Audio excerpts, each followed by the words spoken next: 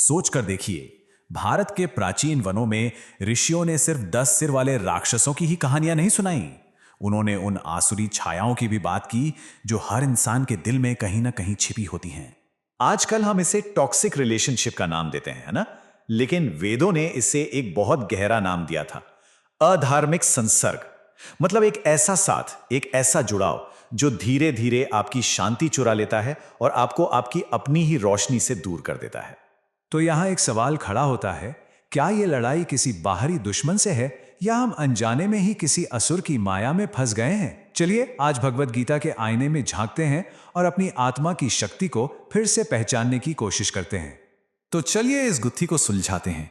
देखिए, हम अक्सर असुरों को कैसे देखते हैं, बड़े बड़े सींगों वाले डरावने पौराणिक दैत्यों के रूप में। लेकिन भगवत गीता उन्हें उनके रूप से नहीं बल्कि उनके गुणों से, उनकी आदतों से पहचानती है। गीता के 16वें अध्याय में देखिए क्या क्या बताया गया है। दंभ यानी पाखंड, जो दिखना वो ना होना। दर्प यानी घमंड। अभिमान यानी खुद को ही सबसे बड़ा समझना। और साथ में क्रोध, पारुष्य यानी बातों में और व्यवहार में कड़वाहट। और इन सब की जड़ में अज्ञान। ये सिर्फ कुछ बुरी आदतें नहीं हैं, ये उस ऊर्जा के साफ साफ संकेत हैं जो किसी भी रिश्ते में जहर घोल सकती है। अगर हम वैदिक विज्ञान की नजर से देखें तो ऐसा रिश्ता तमस की ऊर्जा से भरा होता है। तमस मतलब अंधकार, कंफ्यूजन, जड़ता।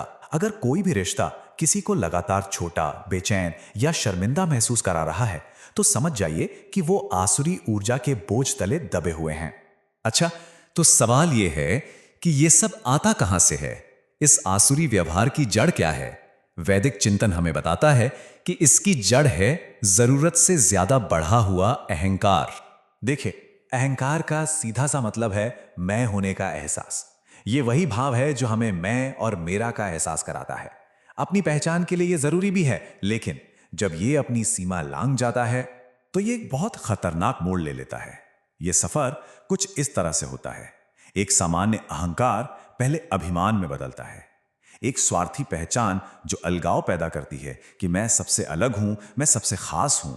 और जब यही अभिमान पत्थर की तरह कठोर हो जाता है तो ये एक ऐसे जहरीले सेंटर में बदल जाता है जिसे आज का मॉडर्न मनोविज्ञान नार्सिसिज्म कहता है। और इसका सबसे क्लासिक, सबसे बड़ा उदाहरण कौन है? रावण। वो अपनी ही बनाई हुई भव्यता की एक दुनिया में जीता था। बिना सवाल किए सब उसकी बात माने, यही चाहता था। और दूसरों की भावनाओं के लिए उसके दिल में कोई जगह नहीं थी, कोई हमदर्दी नहीं थी। ऐसे लोग सामने वाले को एक इंसान के रूप में नहीं बल्कि अपनी शक्ति और शान को बढ़ाने के एक जरिए के तौर पर देखते हैं। तो फिर कोई कैसे पहचाने कि रिश्ते में कौन सी एनर्जी काम कर रही है? वैदिक विज्ञान इसके लिए हमें गुणों का एक बहुत ही सरल टेस्ट देता है।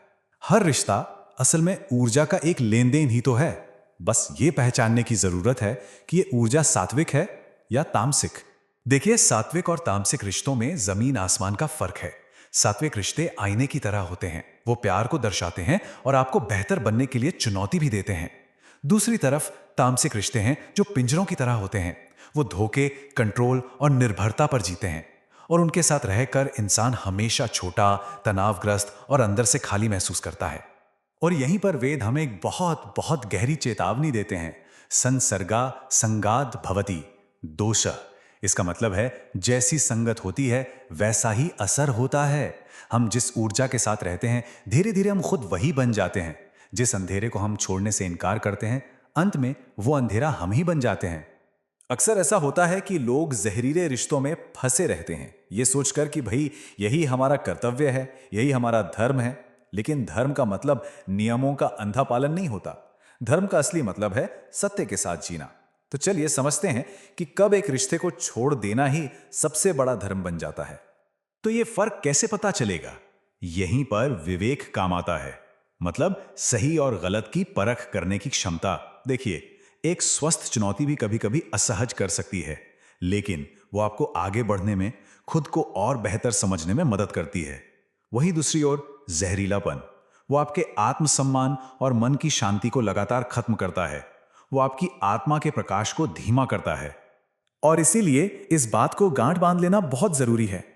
एक ऐसे रिश्ते को छोड़ना जो लगातार आपकी रूह को छोटा कर रहा है कोई धोखा नहीं है, ये धर्म का काम है। ये अपने सत्य के लिए और अपने आत्मसम्मान के लिए खड़े होने का काम है। तो इस चक्र से बाहर कैसे निकलें? इसका रास्ता नफरत या गुस्से से नहीं, बल्कि वैराग्य से होकर गुजरता है। वैराग्य का मतलब है अनासक्ति, चीजों को साफ साफ देखकर उनसे एक भावनात्मक दूरी बनाना। चलिए उपचार के इस वैदिक मार्ग को समझते हैं। ये एक तरह की साधना है, एक अभ्यास। पहला कदम है जप। मंत्र जैसी पवित्र ध्वनियों की मदद से अपनी बिखरी हुई प्राण शक्ति को फिर से एक लाइन में लाएं।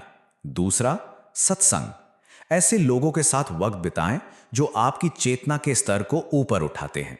और तीसरा, मर्यादा स्थापित करें, मतलब अपनी सीमाएं तय करें। और एक बात समझनी होगी, मर्यादा का मतलब दीवारें खड़ी करना बिल्कुल नहीं है। सीमाएं दीवारों की तरह नहीं होती, वो तो उन नहरों की तरह होती हैं जो प्यार को सही दिशा में बहने देती हैं, बिना बाढ़ लाए सब कुछ तबाह किए। और अब सबसे आखिरी और सबसे जरूरी कदम, अपना ध्यान बाहरी रिश्ते से हटाकर अपने अंदर के उस केंद्र पर लाना जो कभी नष्ट नहीं हो सकता, हमारी अपनी आत्मा। इस अंतिम सत्य को समझिए, दुनिया में कोई भी आपकी शांति को आपसे छीन नहीं सकता, क्योंकि वो शांति आपके बाहर किसी इंसान में या किसी हालात में है ही नहीं। वो शांति आप खुद हैं, आपका असली स्वरूप, आपकी आत्मा, जो दुनिया के इस हर नाटक से परे हमेशा शांत और पूरी है। पौराणिक कथाओं में हमने सुना है कि असुर तब हारे जब सभी देवताओं ने अपनी शक्ति को परमात्मा के साथ जोड़ दिया। तो अब सवाल यह है, हम अपने जीवन के असुर को कैसे हराएंगे? इसका जवाब है अपने सच्चे स्वरूप, अपनी आत्मा से जुड़कर।